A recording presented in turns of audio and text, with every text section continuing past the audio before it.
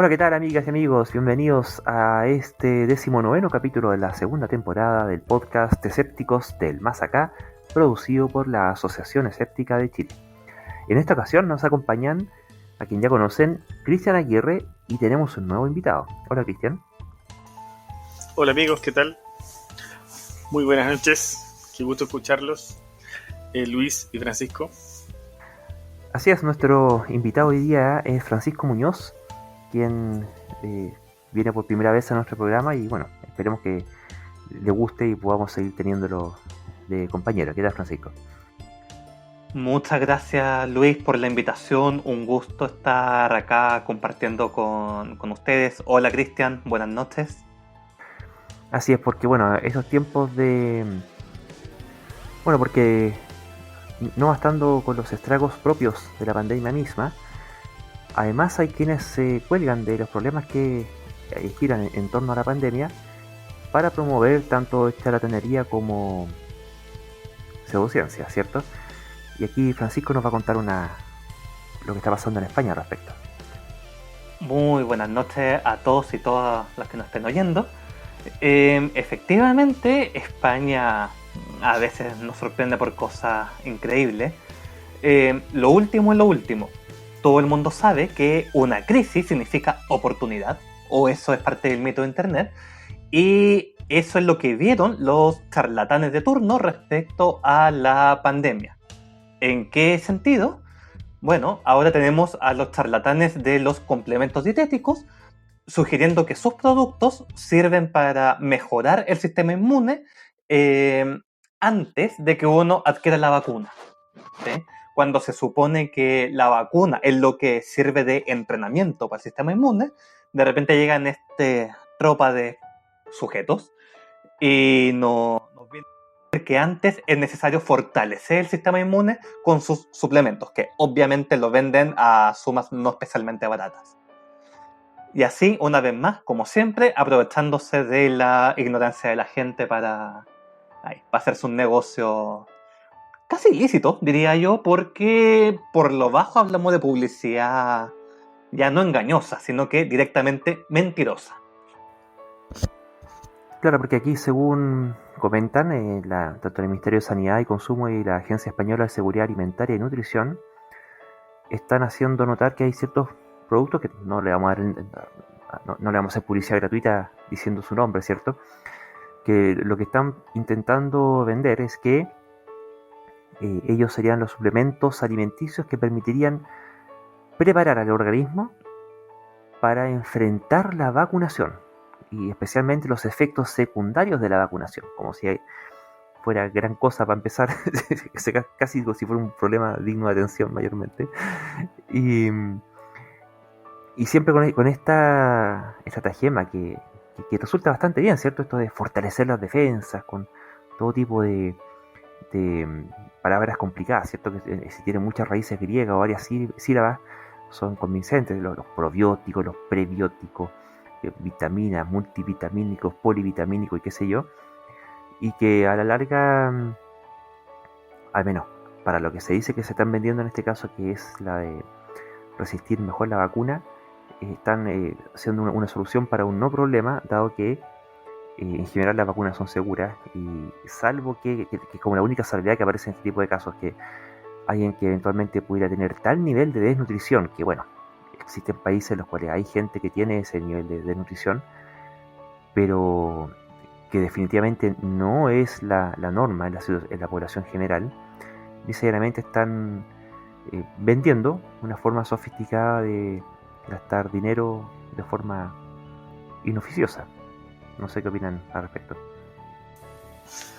Cristian. Bueno, siempre van a surgir los que van a querer ganar dinero aprovechando como decía Francisco, la palabra caos implica oportunidad, pero resulta que es un poquito detestable que lo hagan, digamos, a expensas de la pandemia, ¿eh?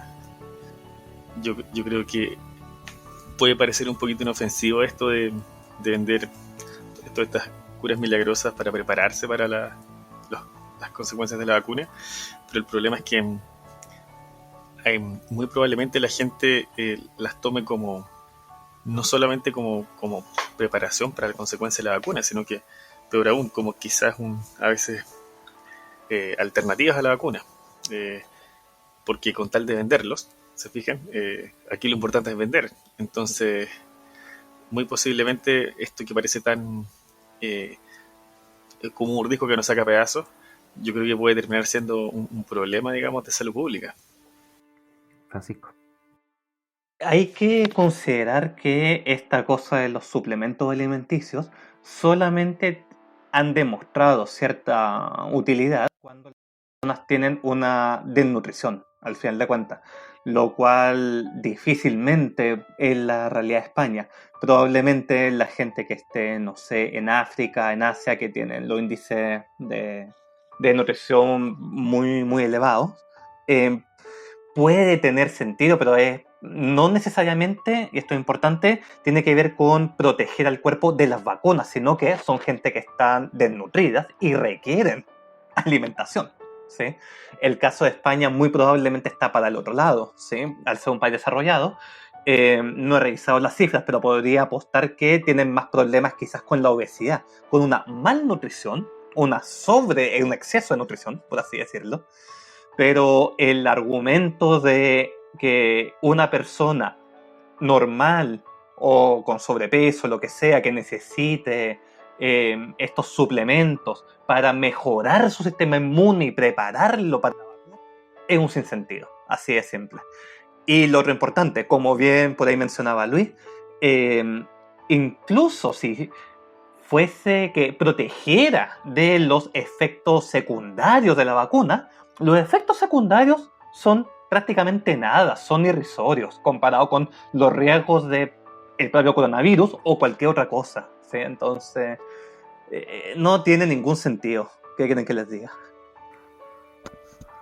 Ahora, ellos sí hacen el alcance, al menos en las denuncias que han estado haciendo, es que sería no solamente, como tú alcanzaste a mencionar, no solamente publicidad engañosa, sino que en este caso, al menos a nivel de acusación, sería incluso una publicidad ilegal, derechamente, porque, no tiene ningún tipo de sustento por una parte y además tienen que algo parecido que pasa acá en Chile también, que está muy normado cuál es el nivel de afirmación respecto del beneficio para la salud que te tienen autorizado para publicitar.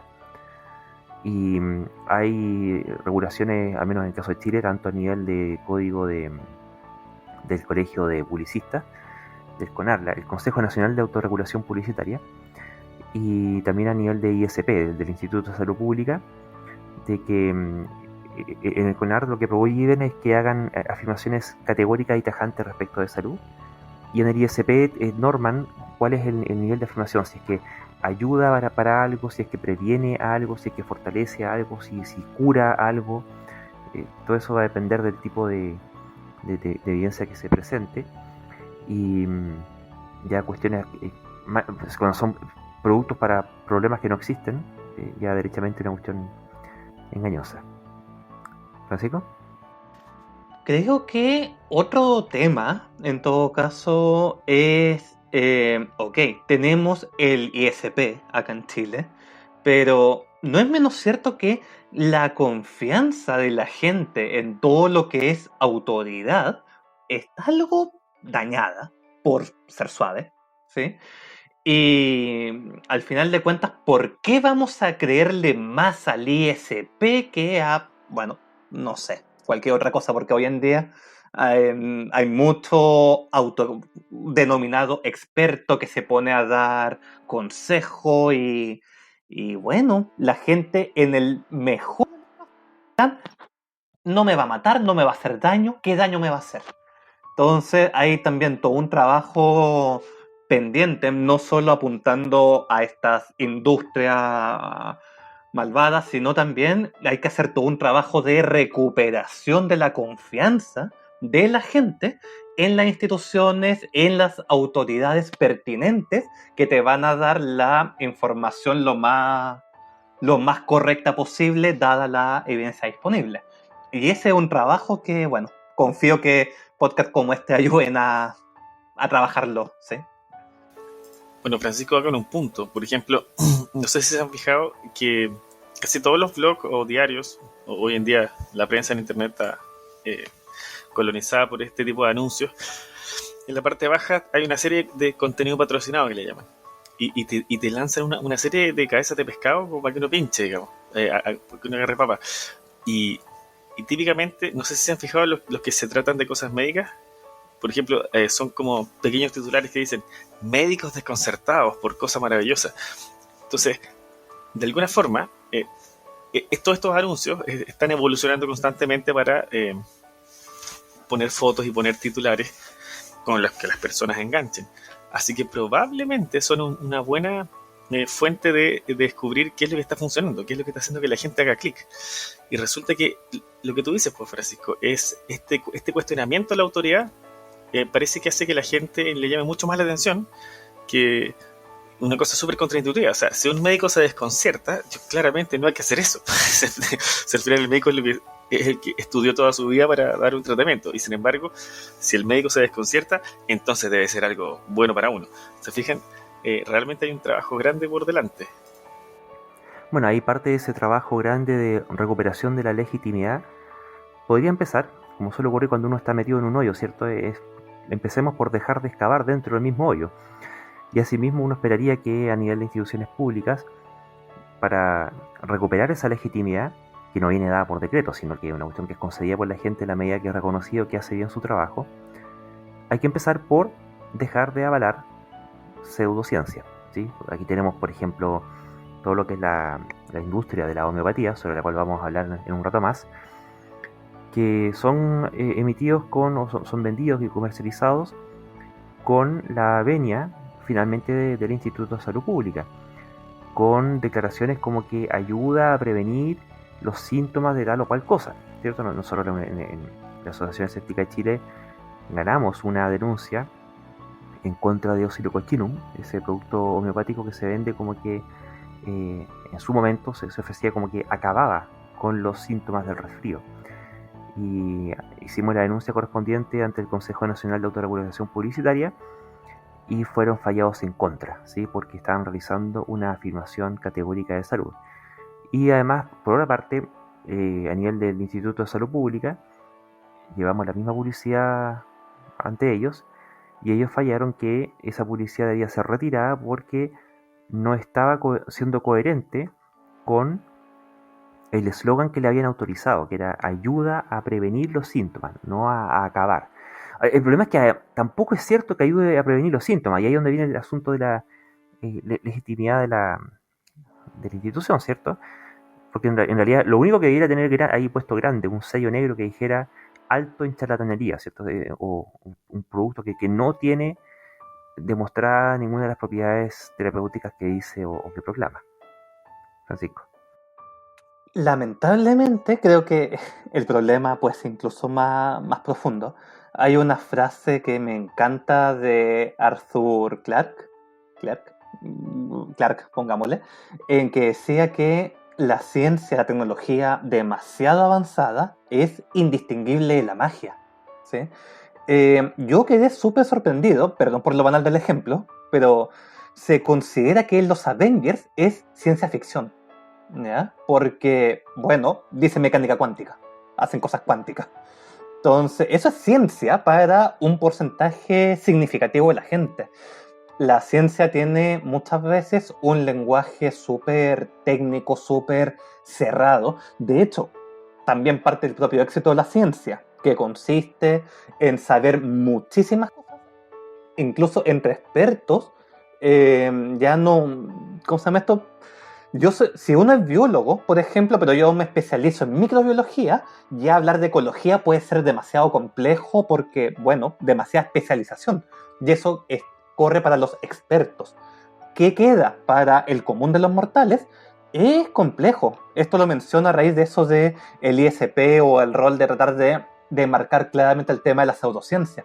El tema también de la famosa demarcación de la ciencia, es un tema que los filósofos llevan discutiendo desde principios del siglo XX y pareciera que no llegan a un consenso absoluto.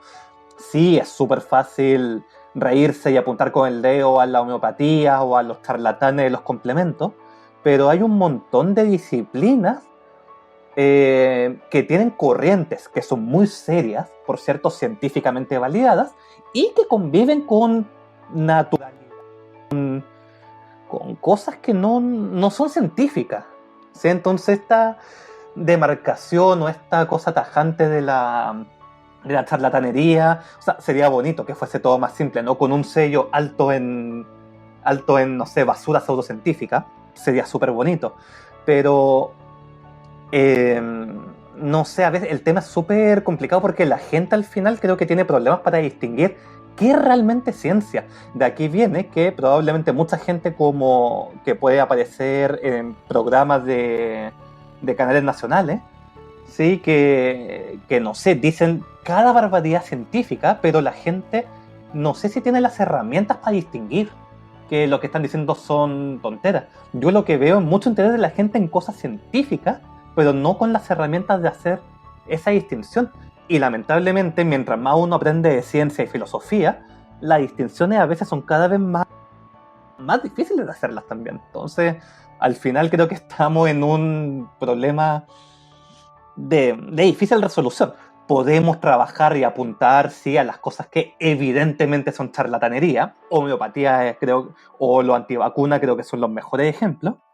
Pero ya después de eso, que es como zona de confort, creo que la cosa se complica un poco, si soy objetivo, por mucho que sea fan de la ciencia y el pensamiento crítico y todo eso. Sí, bueno, estamos de acuerdo con eso. El problema es que ni siquiera con eso se cumple. Lo más bien es que seguimos teniendo homeopatía como productos que ayudan a prevenir síntomas.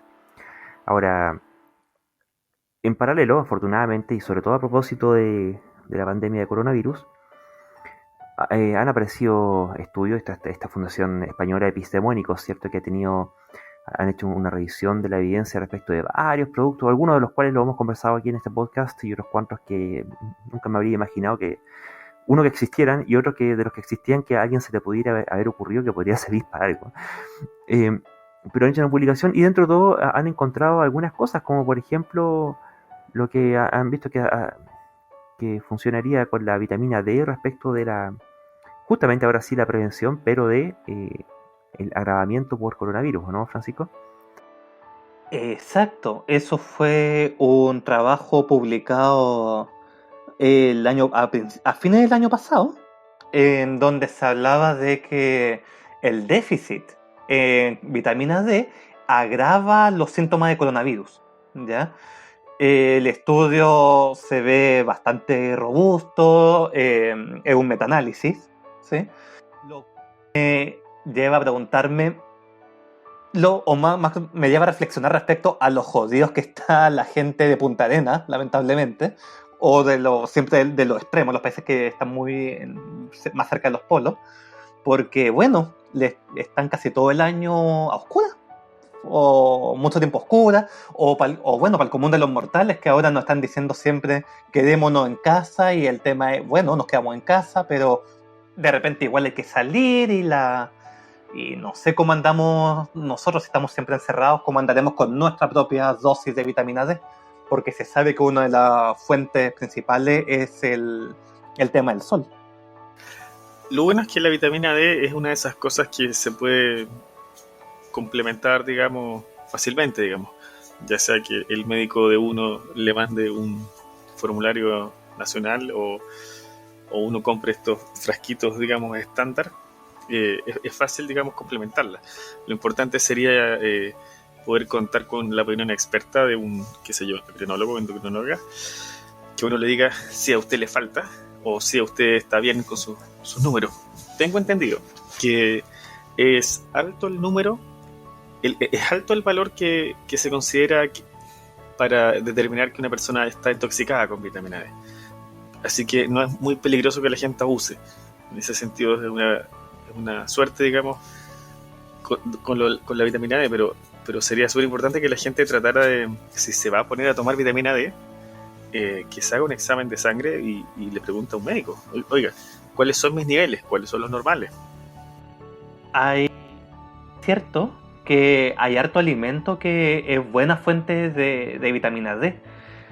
Lamentablemente yo aquí estoy pensando en Chile que la gente, sea por comodidad, por ignorancia o por falta de recursos, que es la más probable, no sé si tienen la dieta más adecuada. Entonces, bueno, el llamado siempre a cuidarse en todos los aspectos posibles.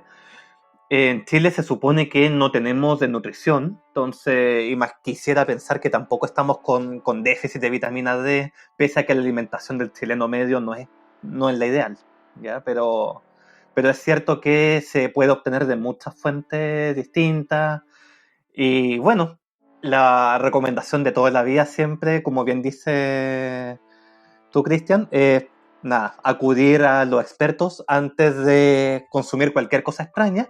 Y en estos tiempos de pandemia, toda precaución igual es válida, ¿sí? Siempre y cuando sea una precaución bueno, respaldado por la evidencia.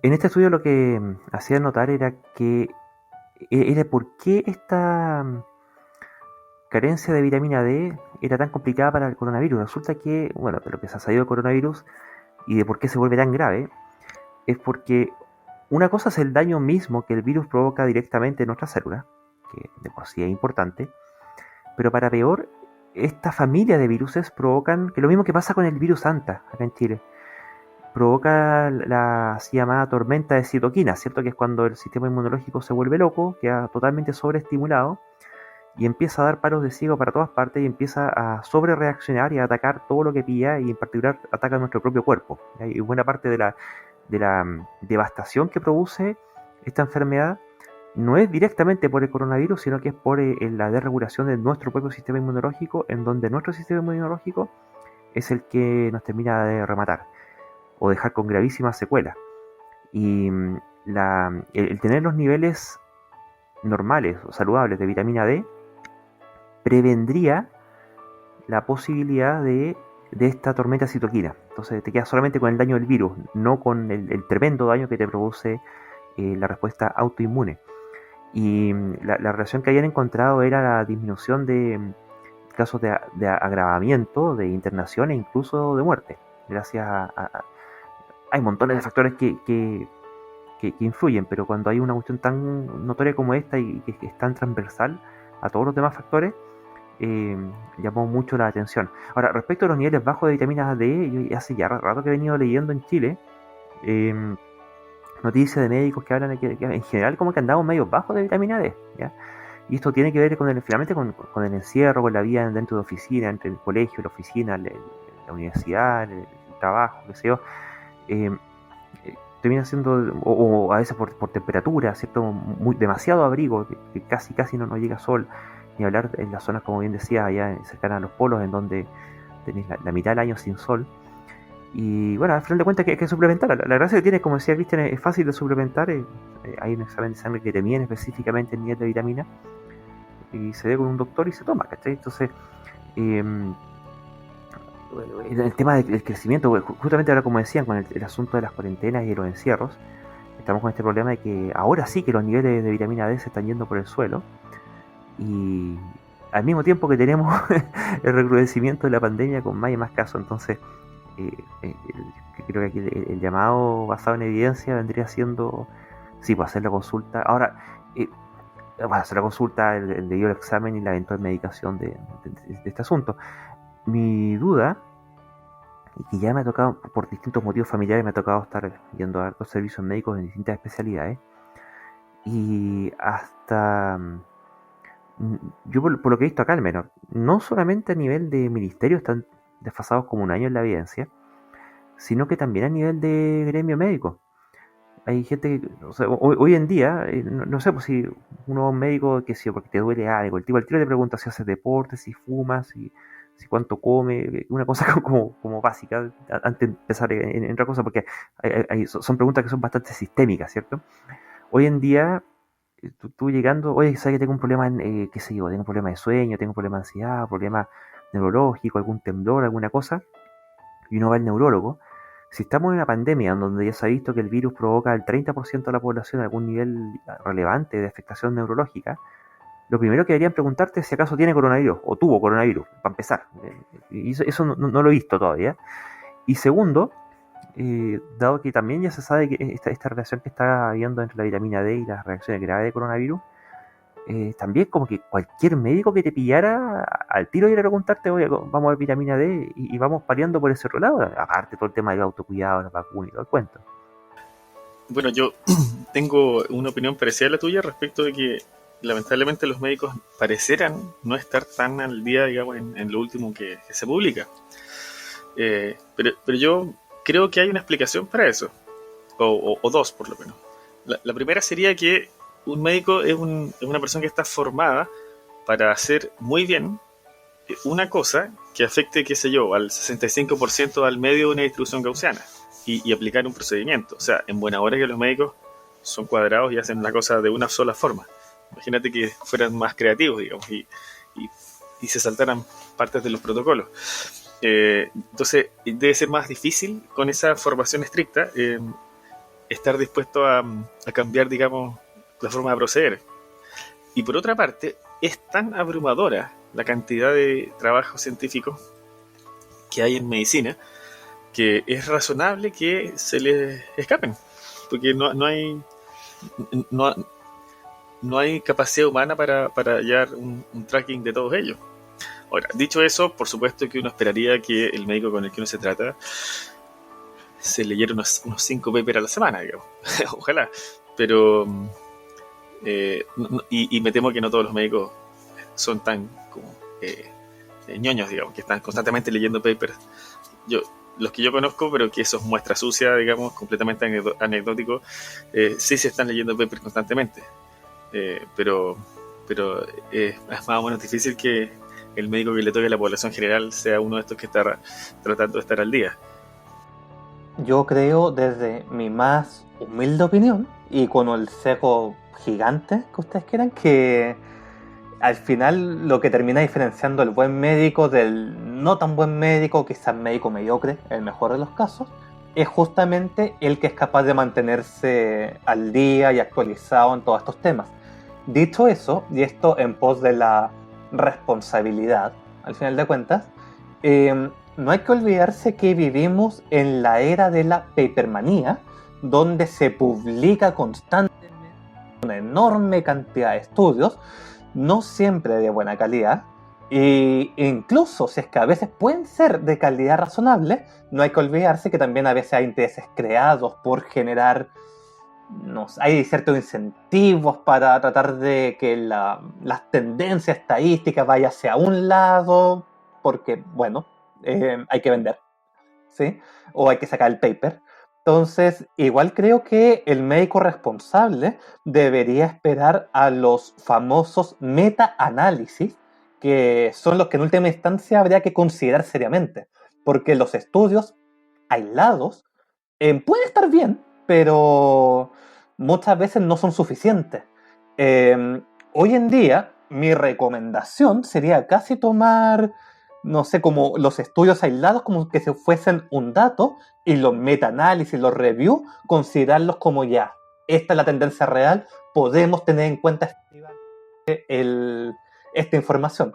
Creo que el ejemplo paradigmático es el huevo, que, no sé, dependiendo del año, o hace muy bien o hace muy mal, y está al día con eso súper complicado. De acuerdo, sí, de acuerdo. El metaanálisis podría ser una excelente estrategia. Sin embargo, yo tendría la siguiente consideración. La cantidad de papers al año médicos es tan grande que tendría que la mayoría tener algún tipo de falla o algún tipo de sesgo como para uno tener tanta desconfianza de ellos, digamos. Yo creo que efectivamente hay problemas sobre todo en la ciencia que se hace en Chile, que hay unos pésimos incentivos a la colaboración y pésimos incentivos a publicar. Pero en general, si un paper sale, es porque se hace un estudio, hay un comité de ética, una universidad lo respalda, y en general debería ser información en la que uno debería poder confiar. Y claro, en la enorme cantidad de papers que hay, sin duda que hay podría haber un porcentaje de papers con sesgo, pero probablemente la gran mayoría de esos papers son conocimiento.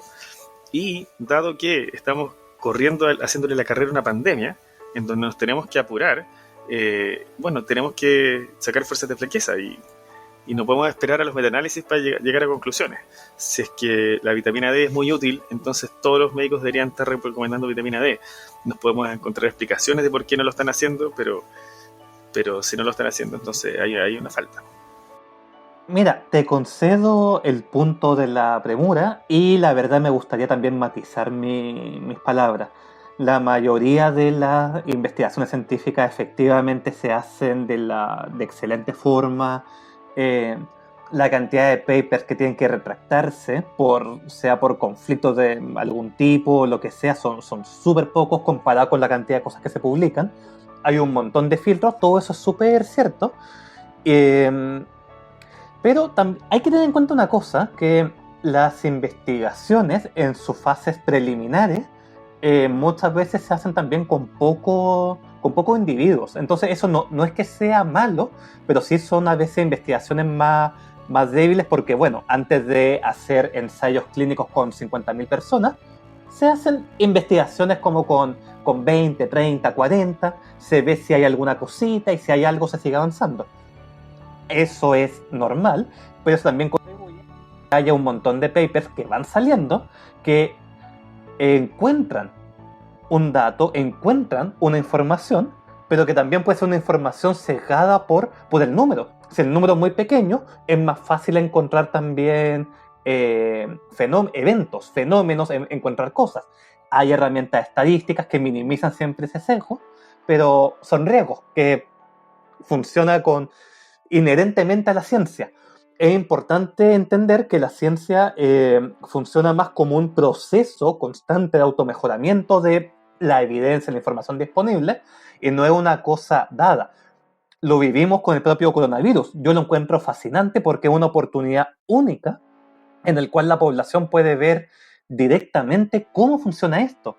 Yo me acuerdo al principio de la pandemia de que era cosa de prácticamente todas las semanas que salía un paper distinto que hablaba de que sí, que la mascarilla funciona, que no es necesario, o vete a saber qué cosa más. Y es que al final se va acumulando evidencia y, bueno, tenemos que reunir toda esa evidencia y ver en los famosos metaanálisis para dónde va la cosa.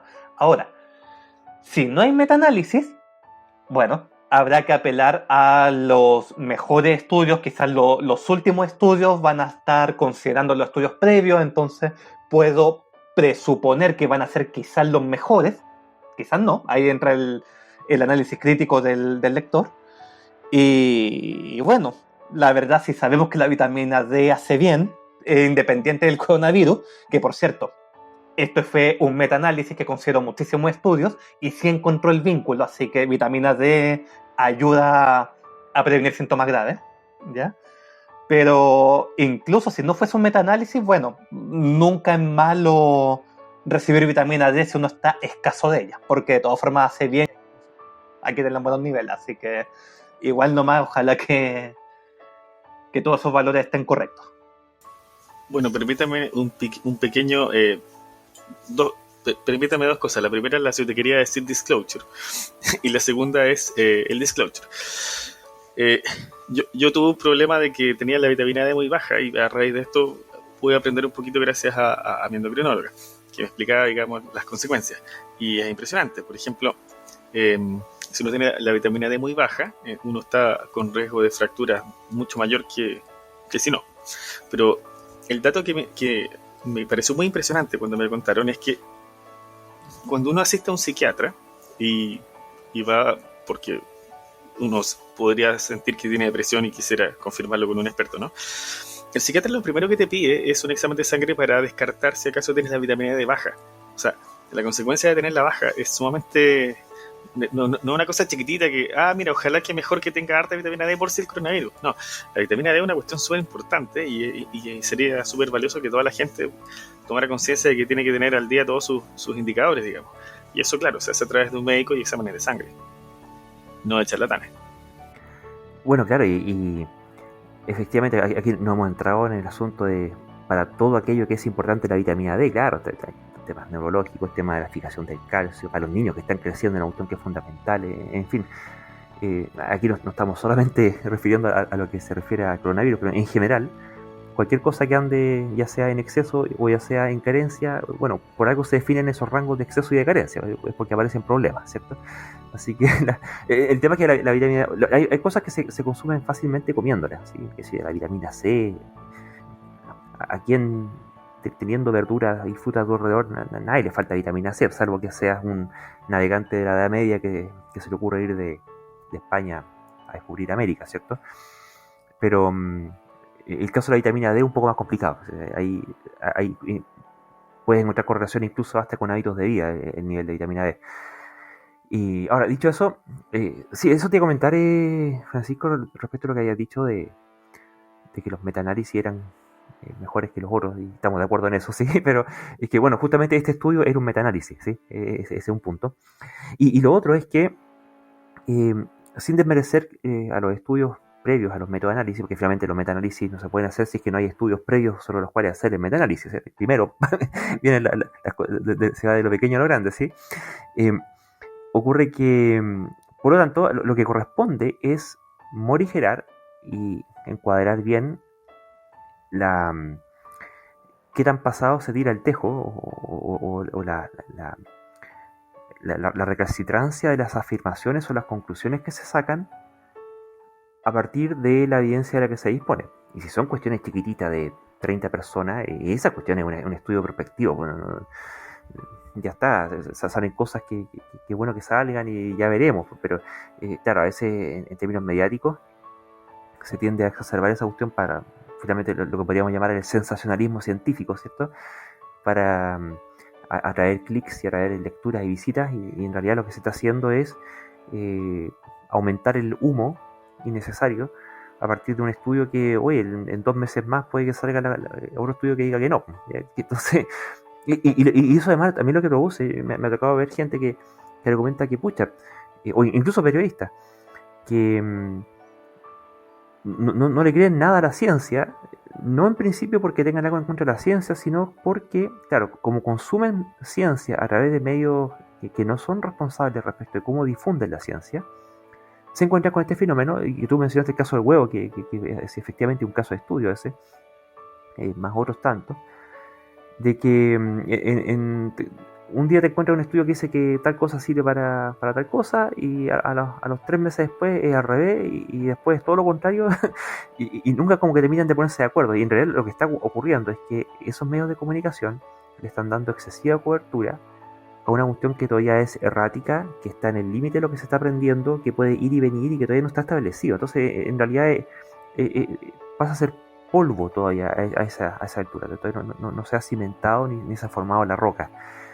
Y bueno, claro, por supuesto, eso es mucho más sexy comunicacionalmente. Lo otro es lento, no sirve para las noticias. Y ahí quizás el cuidado que hay que tener, tanto para efectos de la audiencia nuestra como en general, es que ya está bien, es lindo estar ahí leyendo medios de ciencia o medios generales que publican noticias respecto a ciencia, pero siempre que parte de todo el filtro que hay que hacer es saber, bueno, ¿qué es lo que estoy leyendo? ¿Estoy leyendo roca? ¿Estoy leyendo polvo? Y no quiere decir que esté malo, pero todavía no es roca. Entonces, esa distinción hay que saber hacerla al momento de comerse estas publicaciones. Bueno, Francisco también ha sido un punto, y es el de la capacidad crítica del lector. Y el lector somos todos nosotros, digamos. No solamente descansar en que un médico ojalá haga su tarea y lea todos sus papers. Y mencionó el tema de las mascarillas, porque resulta que eso fue súper complicado, digamos. Primero se dijo, y no por papers, digamos, sino que porque una autoridad lo dijo: no use mascarillas, no sirven de nada. Y a mí me tocó conversar con amigos del área de salud completamente cerrados a la posibilidad de que reconsiderar desde la lógica, por último desde la intuición. Oye, ¿por qué la mascarilla no funciona? Hasta que el peso de la evidencia, digamos, de la realidad demostró que la mascarilla era el camino, digamos. Pero incluso hay que ser capaz de, pese a que una autoridad en salud diga algo, uno también tener un mínimo de juicio crítico y decir, a ver, espérate, ¿tiene sentido esto que están diciendo? cuáles son los intereses creados, cuáles son los incentivos que están detrás, qué es lo que se trata de hacer, porque, mira, no, es complicado lo que voy a decir, porque para el 99% de los casos está súper bien hacerle caso en todo lo que te dice el doctor, porque, aunque sea paternalista, porque él sabe y uno no sabe. Pero resulta que con la mascarilla no había que hacerle caso a la autoridad médica, ¿ya? Porque fue súper grave. O sea, imagínense la diferencia en muertes que pudo haber causado que la autoridad norteamericana de salud hubiera dicho: usen todas las mascarillas que hay, no importa, úsenlas. Por último, tápense la cara con un trapo, porque la lógica que había detrás era: si el público general quiere acaparar mascarillas, así como el norteamericano promedio acapara botellas de agua, entonces nos vamos a quedar sin equipamiento para el cuerpo de trabajo de salud. Pero el problema es que ni siquiera hágase su mascarilla con tela. O sea, por último, el mensaje hubiera sido: déjele la mascarilla al trabajador de salud y usted tápese con una de tela, que es lo mismo. No, el mensaje fue completamente torpe y no, la mascarilla no sirve de nada. Y costó mucho sacarle a la gente de la cabeza que la mascarilla no servía de nada. Dos cositas rápidas que quería mencionar. Primero, 1000% de acuerdo con lo que dice Luis. Muy cierto todo esto. El tema de informarse a través de la prensa y que a veces la prensa no siempre está a la altura. Quizás por desconocimiento, simplemente de cómo funciona la propia dinámica de la ciencia. Y lo segundo, respecto a lo que comentaba Cristian, no deja de causarme cierta gracia porque de la dificultad de todo esto realmente, porque no sé, hace un rato atrás hablábamos de la importancia de creerle, de confiar en la autoridad, pero a su vez, cuidado, freno de mano, pensamiento escéptico, porque a veces la autoridad se equivoca también, que sí, somos todos humanos, es normal también eso, ¿verdad? Pero no sé, para la gente que no está formada en pensamiento crítico, que es una habilidad que se debe trabajar constantemente, tiene que ser sumamente caótico, sumamente difícil, incluso para personas que de informarse en los medios, porque confían, al final de cuentas, tienen la confianza en que los medios son profesionales y hacen los filtros e informan cosas más o menos relevantes, más o menos ciertas. Y al final de cuentas, ¿qué? Uno también acá y les dice: sí, mira, confía, pero no tanto, ejercita tu pensamiento crítico, pero ¿basado en qué? ¿Cómo hacemos para que tengan pensamiento crítico si al final, no sé, ni siquiera en la autoridad al final no hay ser humano 100% infalible, así de simple, ¿verdad? Entonces este tema creo que lo encuentro interesante, pero de una resolución difícil. Honestamente, uno sí, bienvenido al pensamiento crítico, pero también, si la persona es adulta, 40, 50, 60 años, vaya uno a ver cómo puede también cambiarle el switch a una persona que llevó toda una vida pensando de cierta forma. No sé cómo cosas tampoco.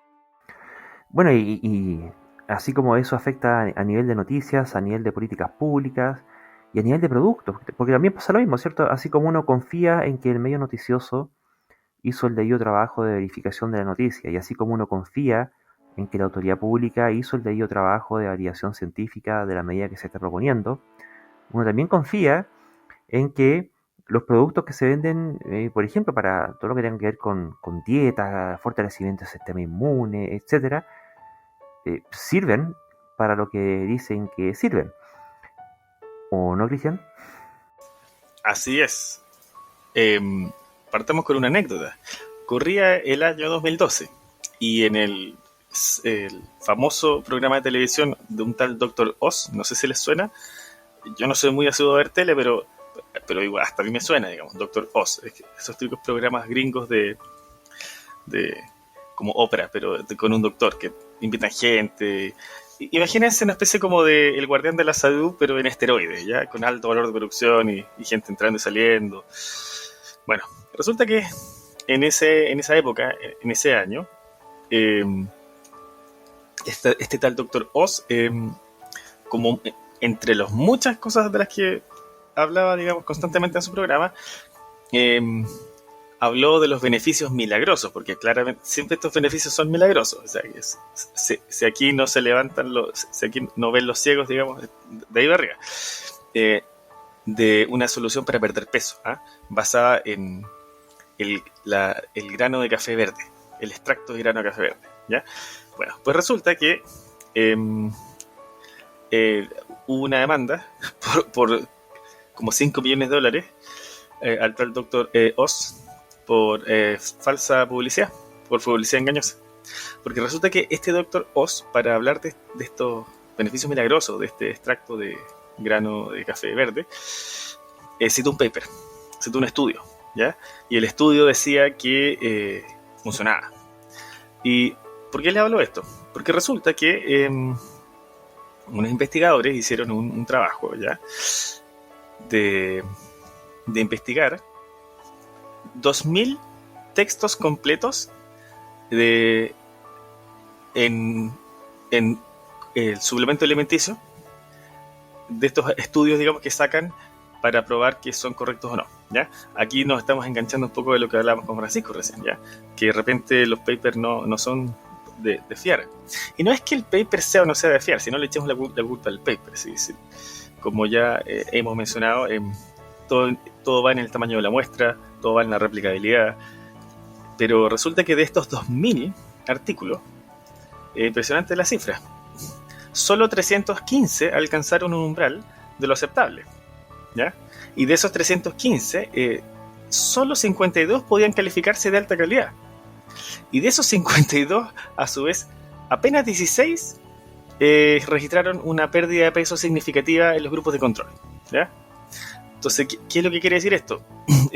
Nuevamente, muestras pequeñas, pruebas mal aplicadas, personas en grupos que no pertenecen al grupo al que se le publicita el producto. Pero raya para la suma, como esto es una industria, y no es una industria pequeñita, se mide en billions, en miles de millones de dólares en la industria de suplementos para bajar de peso. Hay fuertes incentivos para que cualquier paper me sirve con tal de sacar una nota de prensa, y vamos, digamos, haciendo no mala ciencia, porque en este caso yo no diría que la culpa es de la ciencia, sino que haciendo mala publicidad y mala práctica empresarial, vendiendo, digamos, este aceite de serpiente, digamos, moderno, para bajar de peso, con el consecuente problema de que ojalá, digamos, esto fuera como la homeopatía, que es como comer bolitas dulces, que a la gente con diabetes, digamos, no le conviene. El problema es que el sobrepeso es un problema real, y ahora con el coronavirus nos ha quedado muy claro que la gente con sobrepeso se la lleva mucho peor. Y mucha gente, probablemente, pensando en que esta es una solución milagrosa, ha optado por la solución fácil de pagar por un suplemento y unas pastillitas, y no la solución difícil, los métodos que probadamente te hacen bajar de peso, que es comer más sano y hacer más ejercicio. Claro, aquí eran 61.000 millones de dólares anuales que se gastan en suplementos alimenticios y terapias alternativas. Yo recuerdo allá por el año 2000, algún estudio que leí, y en aquella época eran 1.000 millones el de homeopatía. Una brutalidad, 1.000 millones de dólares al año en agüita con azúcar. Y dentro de los errores más habituales que enunciaron en este estudio, se refería, bueno, justamente a la prevalencia de muestras pequeñas, de pruebas aplicadas a personas que distaban del perfil de quienes compran los productos, y también fallaban en especificar la significancia estadística del resultado. Y aquí quería hacer un alcance, porque hay dos cosas que a veces se confunden, porque una cosa es si acaso el estudio es o no es estadísticamente significativo, que el intervalo de confianza, que el error, que el pero, todo el cuento. Pero uno perfectamente puede tener un estudio que es estadísticamente significativo respecto de un efecto, en este caso terapéutico, de baja de peso, lo que tú quieras, pero que es irrelevante. Yo podría tener, qué sé yo, ya, darse una vuelta carnero por la mañana y otra por la tarde. ¿Eso sirve para bajar de peso? Bueno, posiblemente sí. Y tú podrías hacer un estudio con miles de personas y tener todo muy aleatorizado, con doble ciego, qué sé yo. y tener 99% de intervalo de confianza con un 1% de error y estar pero totalmente seguro de que el resultado que tú estás teniendo no se debe al simple azar, sino que hay un efecto que es real y que no es ilusorio. La pregunta es, ¿de cuánto es ese efecto? Pucha, no sé, 10 gramos. Es irrelevante, vaya al baño y bajas más de peso que eso. Entonces, ojo que no es lo mismo la relevancia, la significancia estadística que la relevancia del efecto.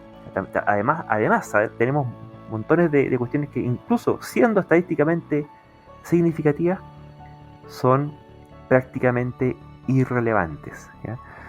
Y o sea, de esos 16 que quedan yo no lo he visto. Sería interesante ver de esos 16 que efectivamente encontrar un efecto que no es ilusorio, sino que es real. ¿Cuántos de esos valen la pena o sirven para algo? ¿Ya?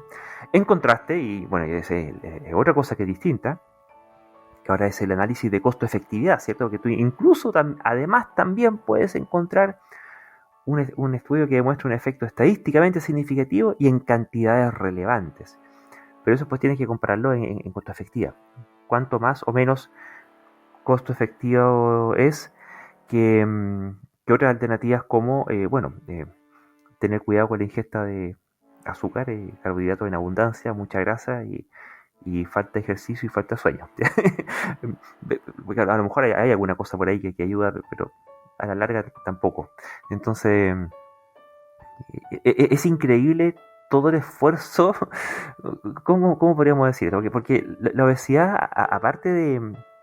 Hay factores sociales, determinantes sociales, ¿cierto? En términos de nivel de ingreso, de acceso a alimentos de calidad, pero hay un fuerte componente cultural, o también cuestiones contextuales como, qué sé yo, cómo está diseñada tu ciudad, por ejemplo. Si para trabajar tienes que perder no sé cuántas horas viajando y después no te queda tiempo para hacer ejercicio, no es porque seas flojo, sino que hay otras cosas más macro que están afectando. Pero en última instancia, ¿qué es lo que ocurre? Que tenemos facilidad de ingesta de altas calorías y hemos acomodado la vida a tal punto que tenemos que en general hacer poco esfuerzo para conseguir lo que necesitamos. Y para un animal que viene evolucionado de millones de años de subsistencia al límite de la muerte de hambre, tenemos todos los mecanismos metabólicos dispuestos para hacer el máximo posible ahorro de energía y el máximo posible aprovechamiento de la energía que se ingiere, como para que de un día para otro, en términos evolutivos, 50 años de desarrollo no son nada, y nos encontremos con que como que nos come la pereza metabólica, ¿cierto? No sé, no dejo de encontrarlo triste, digamos, para mucha gente. Todos estamos ahí siempre luchando contra ello, y ni hablar de ahora con este asunto de las cuarentenas y los encierros y todas esas cosas, pero visto en perspectiva es tragicómico, no sé. ¿Qué quería decir, Francisco? Quería decir que lo lamento por la gente que de verdad está preocupada del tema del peso, que sea una cosa relevante para ellos o ellas, no sé, pero hasta ahora parece que la mejor evidencia dice, como mencionabas tú, es que si uno quiere bajar de peso, controlar lo que se come, deporte bienvenido, indudablemente, pero principal y sobre todo el tema de la ingesta, el equilibrio entre lo que uno entra y lo que uno puede eliminar, sea por ejercicio, sea por lo que sea. Dicho eso, quería comentar un poco no sé si hablar de ironía, muy típico de cómo funciona la industria en general, que se va adaptando a todas las cosas.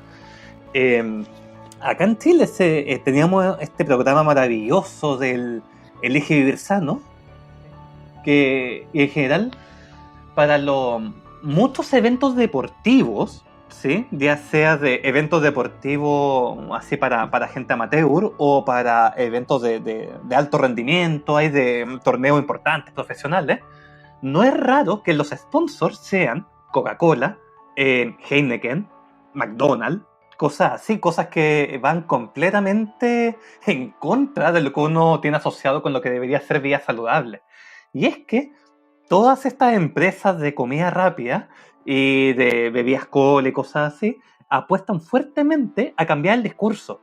En lugar de alimentarte sanamente, que debería ser el foco principal, ellos dicen, come lo que quieras, total, haces deporte y se pasa.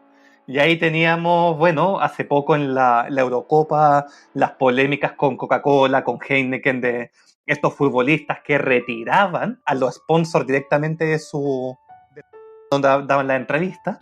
Lo que, bueno, llevó a cierta polémica, escaló un poco a nivel de la UEFA y salió, me causó gracia, un ejemplo quizás de no el deportista ideal, pero salió un futbolista, creo que de Ucrania, creo que había sido, que dijo Heineken y Coca-Cola, yo tomo de las dos, llámenme, yo feliz lo recibo, porque bueno, es sponsor, dan plata. Pero nada, me causa gracia nomás esto del foco. En lugar del foco en la alimentación, estas industrias tienen el foco muy fuerte en hagan deporte. Que sí, está bien, pero no es lo único y no es suficiente. Bueno, bien notable la anécdota de la caída de las acciones de Coca-Cola, digamos, con todo ese asunto del futbolista famoso sacando la botella. Yo quería tocar un punto bien interesante que mencionó a la pasada Luis, y es el siguiente. Y me quiero colgar un poco del que dijo Francisco. Francisco mencionó el programa Elige Vivir Sano, que parece que sumando y restando fue algo positivo. Pero hay una trampa en la palabra elige, porque resulta que, claro, se le dice a la gente para bajar de peso, bueno, hay que cerrar la boca, digamos, hay que comer la cantidad que uno gasta en términos calóricos. Pero resulta que no es tan libre esa elección al final. Y me quería enganchar del tema que dijo Luis, porque mencioné las ciudades, ¿ya? Yo creo que es un tema súper importante pensar que, uno, las oportunidades para salir a hacer deporte no están uniformemente distribuidas por la ciudad, ¿ya? Hay sectores de la ciudad que tienen parques bonitos, plazas, etcétera, y sectores que no hay ni un pinche árbol. Y si es que hay una plaza, no hay nada. Y si es que hay algo, debe ser peligroso. Pero por otra parte, y lo más importante, es que pero esto es evidente, ¿eh? Cualquier persona podría estar de acuerdo en esto, pero lo que no es tan evidente es que la mayor parte de la gente, por lo menos hablemos del caso de Santiago, tiene que ir a su trabajo viajando de 2 horas de ida y 2 horas de vuelta. Entonces imagínate que a tu día completo le robáis 4 horas en viaje. Entonces cuando llegas de tu casa, obviamente te querés relajar, querés hacer algo, digamos, para cambiar la actividad, digamos, algo de ocio. Y el problema es que ya no te quedan muchas más horas para el ocio. No te queda mucho más tiempo que robárselo al descanso. Entonces, mucha gente está durmiendo menos porque no tiene otra opción para hacer de su vida algo llevadero. Y dormir poco conlleva el problema de subir de peso. Si se te trastorna metabólicamente todo si se duerme mal y se duerme poco. Entonces el asunto del sobrepeso es sumamente sistémico, digamos, no es un asunto de dieta solamente, no es un asunto de calorías más, calorías menos, ejercicio. Está todo el cuento de nada más y nada menos que la ciudad, el diseño de la ciudad y las políticas públicas que van por ese lado. Entonces, bien triste esto de que haya una industria de suplementos alimenticios, digamos, que te prometan bajar de peso, porque la verdad es que es rascar donde no pica, digamos. Lo que hay que hacer no es permitirse creer que no puede bajar de peso con una pastillita u otra, digamos. Este es un problema sumamente real, un problema de salud pública fuerte. Ahora con el coronavirus lo estamos viendo en su real magnitud. Y esto invisibiliza, digamos, las verdaderas acciones que deberíamos tomar como sociedad para atacarlo. No sé qué opinan, muchachos. Sí, bueno, quería hacer justamente ese comentario respecto a la palabra elige, porque claro, justamente es mentira que se elige, porque no eliges, no, tienes poca posibilidad para elegir. O sea, a lo más tú puedes elegir no hacer ejercicio o qué otra cosa hacer en vez de ejercicio, pero si tú quieres elegir hacer ejercicio, eso está fuertemente condicionado y por eso se llaman son condicionantes socioculturales de la obesidad en general. Y ojo que este programa Elige Vivir Sano viene del gobierno anterior de Sebastián Piñera. Esto se complementa con el otro programa Elige, que se llama Elige Cultura, y el que salió hace poco, de Elige Vivir Sin Drogas.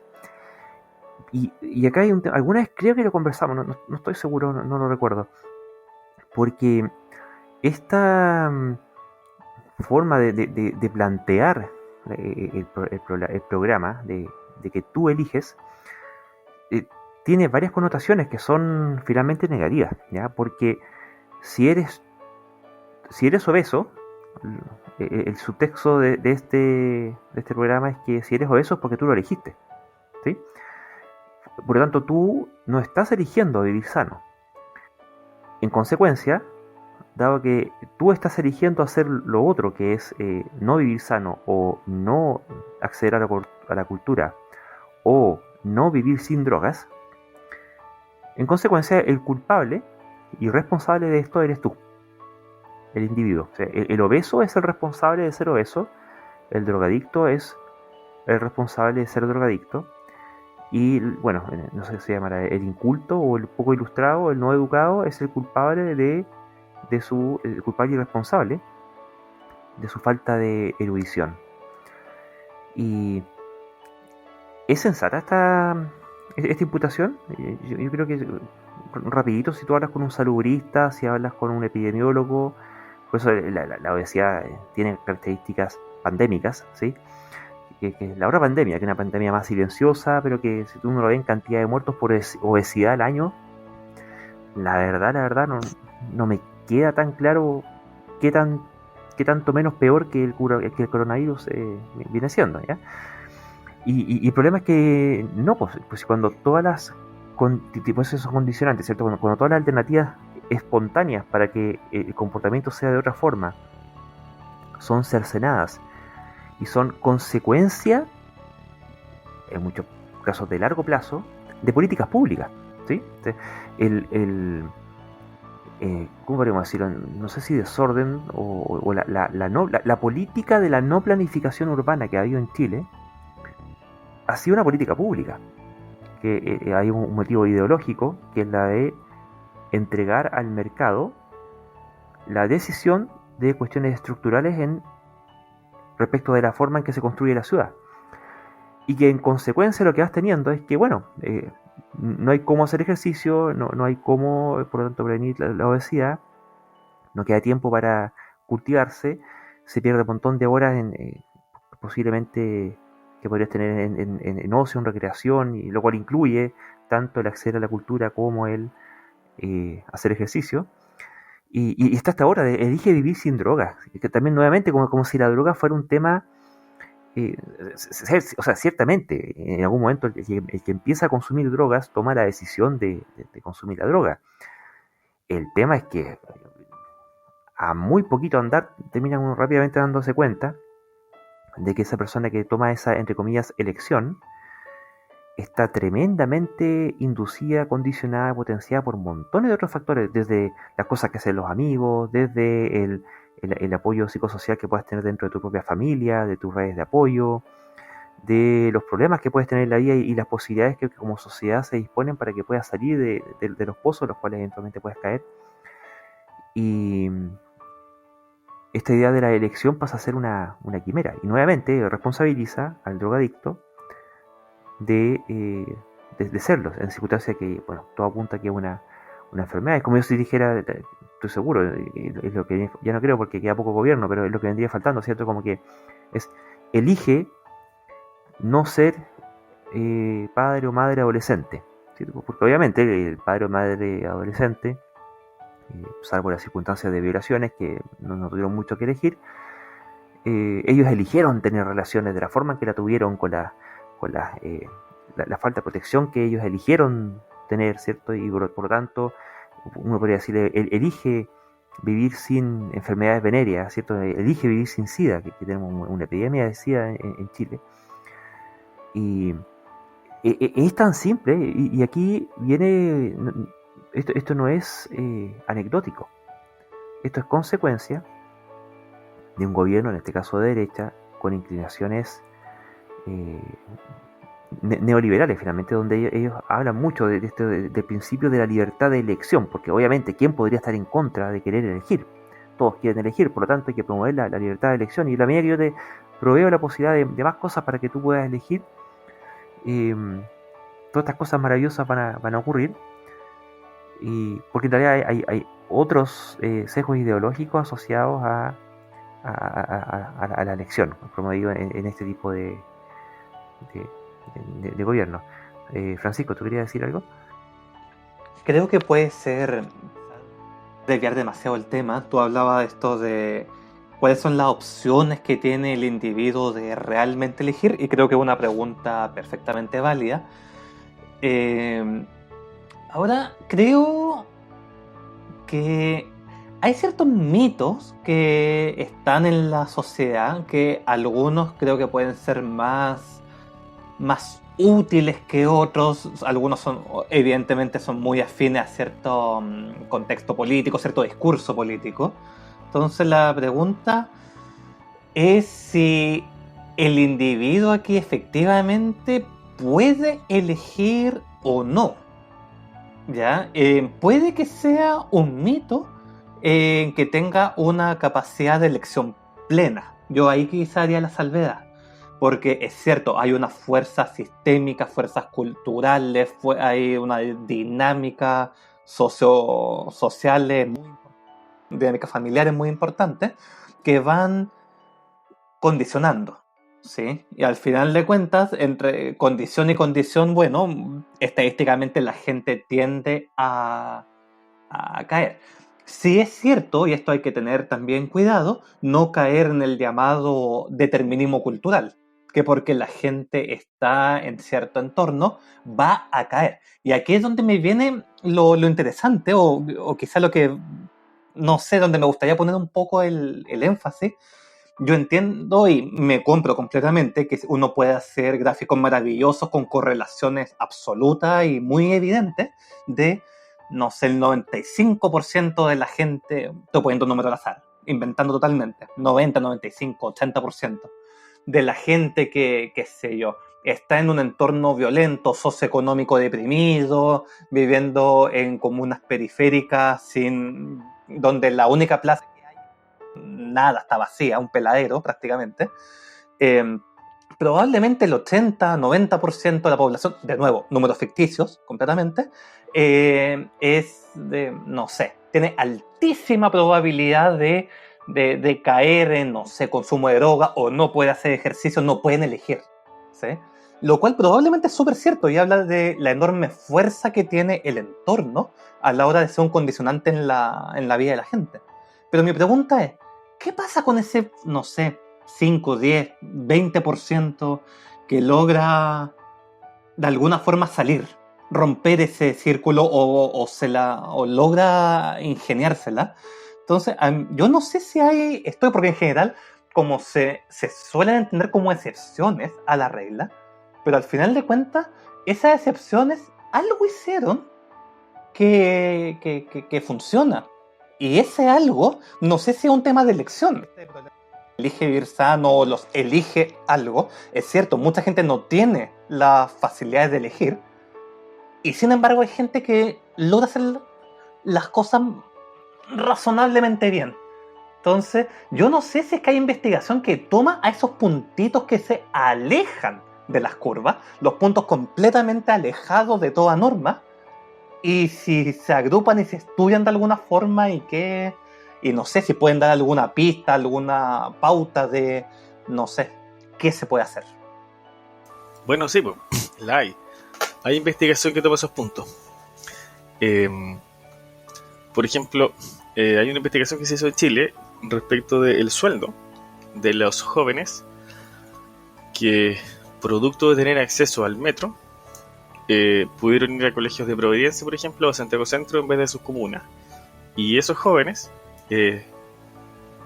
obtuvieron, comparado con los que no lo hicieron, sueldos mayores a lo largo de todo su proceso, cuando salieron graduados de algo al final, que los que no. O sea, por ejemplo, el metro como política pública, ahí está probado que funciona. Ahora, no es el ideal, digamos, ¿ya? No se supone que un joven tenga que cruzar 6 comunas para poder tener una mejor oportunidad. Debería poder hacerlo en su comuna. Pero efectivamente hay evidencia que demuestra que sí. que ese porcentaje que estamos imaginando logra ciertas diferencias. No me queda tan claro que sea el valor, el peso, el poder de su carácter. Hay muchas determinantes que no son solo sociales, son por último genéticas. Y por otro lado, yo creo que tampoco se le puede restar completamente el poder de decisión a los individuos. O sea, los individuos tienen algo de agencia pese a todas estas determinantes sociales. Lo que sí yo creo que estas políticas públicas que las hace un gobierno Piñera, pero que se mantienen en un siguiente gobierno color distinto, tienen más que ver con que los que las están diseñando no conocen la realidad más abajo de, no sé, una avenida importante, como que podría ser la Plaza Italia o peor, Vespucio. Los que hacen las políticas públicas probablemente tienen una profunda ignorancia, aunque ellos se crean de derecha o de izquierda, digamos. Ellos probablemente, independientemente del color político, probablemente tienen una profunda ignorancia de cómo es que funcionan las cosas, digamos, donde están los problemas. De ahí que parece tan razonable esto de elige vivir sano, elige sin drogas. O sea, si todo Santiago tuviera el estándar de Providencia, probablemente esa política pública no sería, o sea, sería fantástica, digamos. Probablemente en la realidad de Providencia funciona muy bien eso de, oye, elige bien. Entonces, yo creo que tiene más que ver con que quienes hacen la política pública no están realmente interesados, independientemente de que, claro, hay un discurso de derecha, la elección, la libertad, pero hay profunda ignorancia respecto de cómo resolver un problema. Y probablemente lo más feo es que hay indolencia. Bueno, respecto a ese punto, la indolencia siempre está a pedir de boca, sobre todo cuando uno representa a gente que no conoce y sin contacto con ellos, ¿cierto? Pero yo creo que esas aprehensiones que tú planteas, Cristian, son totalmente atendibles, pero yo creo que tienen respuesta, ¿ya? Y la respuesta no es favorable. Por ejemplo, lo primero que me preguntaría es, ya con el programa que efectivamente este programa de Elige Vivir Sano, que ya lleva ha pasado por gobiernos de dos colores distintos y ahora un tercer gobierno del mismo el mismo que lo inició, yo me habría esperado algún tipo de noticia, de algún tipo de estudio, con alguna estadística, por favor, no las burdas que tenemos a cada rato, alguna cuestión un poquitito con dos derivadas cruzando por lo menos tres variables, que alumbrara de alguna forma que para algo ha servido esta cosa, ¿ya? Yo en general leo este tipo de cuestiones cuando salen publicadas y te juro que si salió publicada no me enteré. Me tinca que no existe. Y si algo existe debe ser un tiempo para cumplir, ¿ya? Así que lo primero, en general, porque uno cuando diseña una política pública está por una parte, la parte previa, ¿cierto? ¿Cuál es la evidencia en la cual tú te basas para diseñar la política pública? Y después viene el benchmark, ¿cierto? La medición de, bueno, qué evidencia a posteriori recogemos del resultado de la política pública para ver qué es lo que estamos ajustando. Yo todavía no he visto nada de eso. Así como que no, vamos a hacer un ajuste mejor un perfeccionamiento, que le encanta usar a Piñera esa palabra. No sé si para conseguir el efecto que vende u otro, pero como que un programa que no sé en qué lo han perfeccionado. Algo tiene que como que casi no existe, ¿sí? De repente aparece ahí un eslogan con una cosita pequeña que honestamente creo que no sirve para nada, ¿ya? O definitivamente falta evidencia que respalde su presunta efectividad. Y creo que no es muy difícil extrapolar ese tipo de análisis rápidamente al programa Elige Vivir Sin Drogas y al programa Elige Cultura. Además, efectivamente concuerdo contigo de que quienes diseñan estas políticas públicas, y sobre todo dado el contexto de alta elitización y segregación social que hay en Chile, son gente de muy buen pasar y que definitivamente no conocen qué es lo que pasa más abajo, pero por eso mismo no sirve que hagan esas políticas a partir de la mera tincada o del mero pálpito personal, sino que tienen que basarse en levantamientos de evidencia. Y ese levantamiento de evidencia, justamente donde ahí es cuando te haces cargo de ver qué diablo es lo que está pasando con la gente para la cual tú supuestamente vas a diseñar una política pública. Esta cuestión llegó al nivel del paroxismo cuando salió el anterior ministro de Salud, el Mañalich, ¿cierto? No quedándole otra que ya derechamente reconocer abierta y públicamente que él no tenía idea del nivel de hacinamiento que se vivía en Santiago, siendo derechamente el ministro de Salud no sabía qué pasaba en la propia región metropolitana, ¿ya? Un par de comunas más allá nomás, tampoco era tanto. Pero yo le quiero agregar otro asunto, a esto que decía Francisco, que justamente eh, yo tampoco pretendería pasar por alto absolutamente toda agencialidad en las personas. Pero creo que porque claro, bueno, ¿qué pasa dentro de este grupo de pobres, cierto? ¿Por qué hay algunos que no son gordos? ¿Sí? ¿Por qué siguen flacos?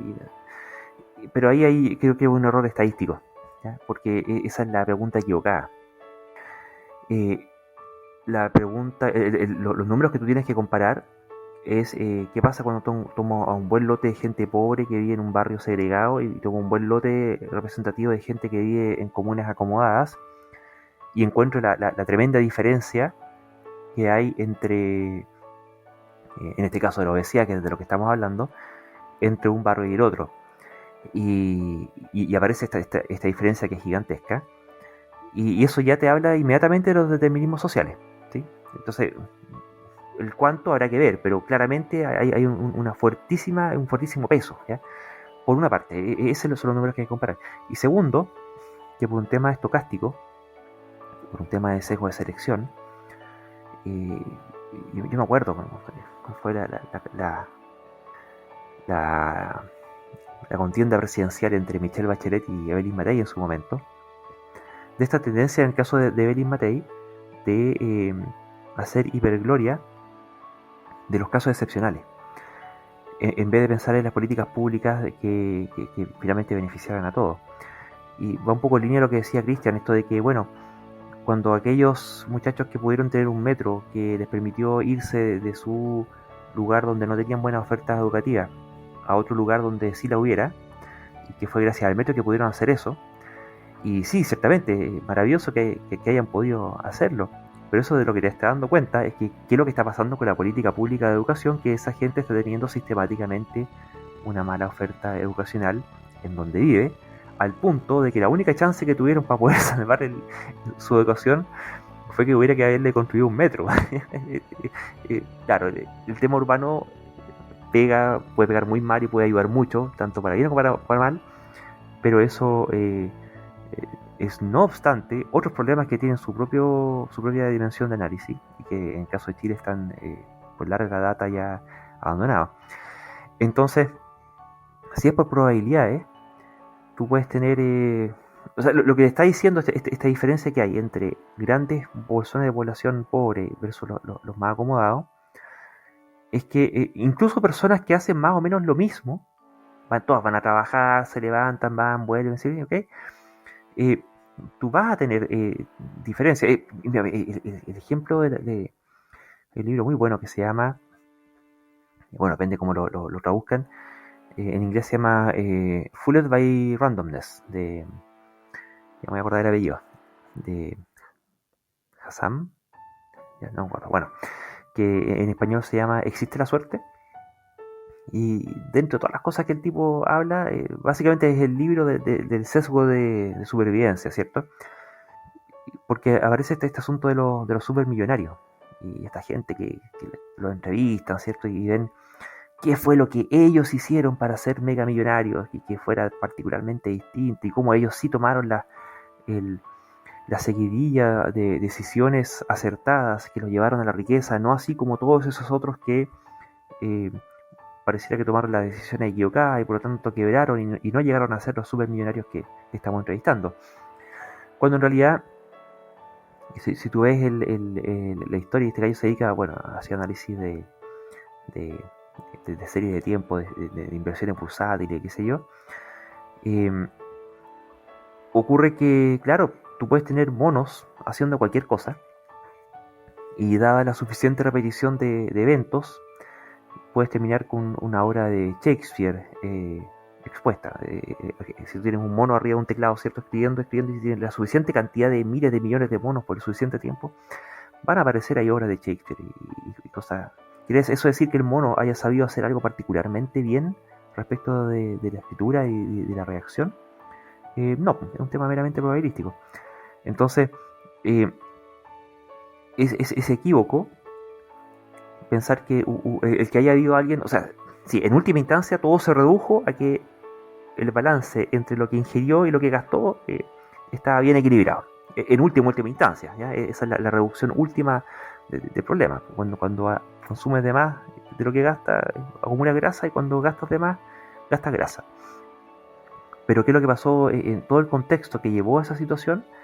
Claro, siempre va a tener alguno por ahí que tiene un metabolismo que lo favorece más, alguno por ahí que vive un poco más cerca, alguno por ahí que el metro le queda menos distancia, alguno por ahí que tiene justo el recorrido de micro que hace que se demore menos, alguno por ahí que bueno, que a lo mejor tiene menos responsabilidad de otra índole y por lo tanto tiene más tiempo libre, y alguno por ahí que le gusta más el deporte en particular que el otro, qué sé yo. Pero eso justamente de lo que te da evidencia no es de ir a buscar qué es lo que ese tipo en particular está haciendo, sino que de lo que te está dando evidencia es de la falta de política pública.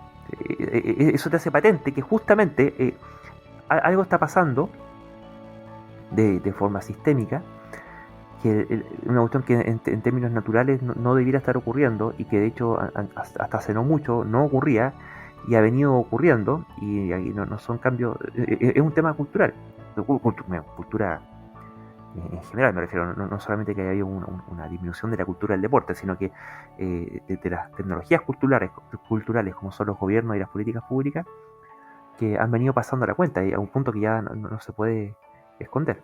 ¿Cristian? Bueno, y al final, solo por agregar un dato, la calidad del aire empeora drásticamente bajando cota por cota, o al revés, mejora un poco subiendo cota a cota. Pero al final del día, con todo lo positivo o negativo que pueda hacer esta política pública de elegir sano, o a lo menos negativo en el discurso, habrá que ver, digamos, informes serios respecto del resultado de esta política pública en todos estos años. Pero con todo lo negativo que puede hacer, y yo comparto un discurso de elige, que te responsabiliza de cosas que no necesariamente son tu responsabilidad, sin querer restar la responsabilidad de agencia de cada individuo, es lo que tenemos.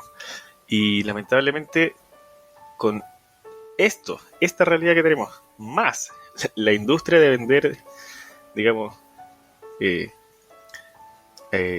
recetas milagrosas para bajar de peso, que la verdad no funcionan para nada, porque este caso que comentábamos al principio pasó en Estados Unidos, pero nosotros aquí tenemos su equivalente. Hay montones de pastillitas y cosas que venden constantemente para bajar de peso.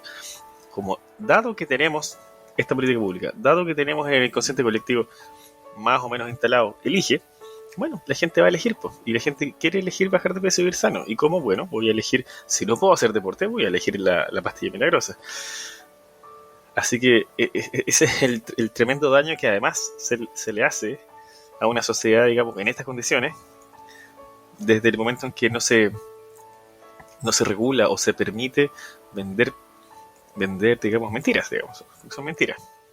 O sea, al final, toda esta industria de los suplementos, de las cosas para bajar de peso, son mentiras.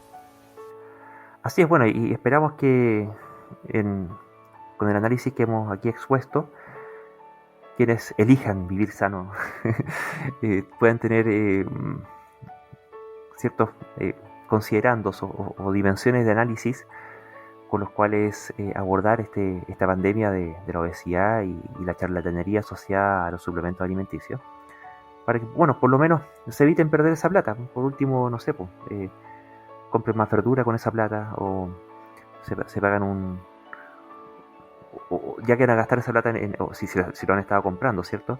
Negocien una reducción en la jornada laboral, ganen menos plata, ya que la están gastando y es lo mismo, y a cambio se liberan más tiempo y pueden hacer deporte en ese ratito. Bueno, son cosas que dan para largo. Tenemos más temas que los vamos a tener que dejar pendientes ya para una próxima edición. Y bueno, chiquillos, muchas gracias por vuestra compañía, Cristian y Francisco. Fue un gusto, muchachos. Hasta pronto, y hasta pronto a nuestra audiencia. Un gusto haber compartido con ustedes, Cristian y Luis. Y nada, los que puedan elijan estas cosas: vivir sano, comida sana, deporte, etc. Y ojalá que en un futuro todos podamos efectivamente elegir sin lugar a dudas, ya que no haya duda que podamos hacerlo efectivamente, ¿ya? Por mi parte ha sido un verdadero gusto y espero pues, que todo el mundo haya disfrutado de esta tertulia. Así es, bueno, le damos muchas gracias también a todos nuestros auditores. Como siempre, les dejamos invitados a que, bueno, le den me gusta a este capítulo, que se suscriban al canal, que nos visiten en nuestras redes sociales, en Facebook /escépticos, en Twitter @a_escéptica y en Instagram @aech_cl, también nuestro blog www.aech.cl. Y nos estamos viendo en una próxima entrega. Hasta pronto.